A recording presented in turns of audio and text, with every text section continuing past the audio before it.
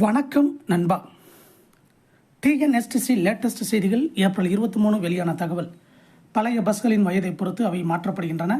சட்டசபையில் போக்குவரத்து அமைச்சர் பதில். எல்லா இடத்திலும் பழைய பஸ்கள் ஓடுகின்றன, அவற்றின் வயதை பொறுத்து மாற்றப்படுகின்றன என போக்குவரத்து அமைச்சர் சிவசங்கர் கூறினார். சட்டசபையில் நடந்த கேள்வி நேர விவாதம். திமுக அப்துல் வகாப். பாளையங்கோட்டை மேலப்பாளையம் சந்தை ரவுண்டானாவில் இருந்து திருநெல்வேலி டவுன் வரை மினி பஸ் இயக்க வேண்டும். அமைச்சர் சிவசங்கர்.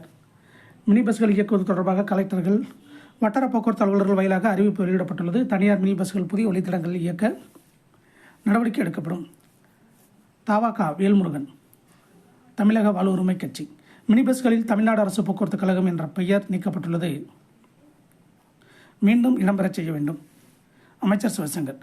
பெயர் விடுபட்டு இருந்தால் அதை திருத்த நடவடிக்கை எடுக்கப்படும். அதிமுக தேன்மொழி. பள்ளி மாணவியர் செல்வதற்கு வசதியாக திண்டுக்கல் முதல் நிலைக்கோட்டைக்கு செம்பட்டி வழியாகவும் திண்டுக்கல் குடரோடு வழித்தடத்திலும் புதிய பஸ்களை இயக்க வேண்டும். தொகுதியில் ஓடும் பழைய பஸ்களை மாற்ற வேண்டும். அமைச்சர் சிவசங்கர். எல்லா இடங்களிலும் பழைய பஸ்கள் ஓடுகின்றன, அவற்றின் வயதை பொறுத்து மாற்றப்படுகின்றன. தொடர்ந்து 15 ஆண்டுகள் ஓடியவை மாற்றப்பட்டு வருகின்றன. தற்போது 3500 புதிய பஸ்கள் வந்துள்ளன. திமுக பிச்சாண்டி.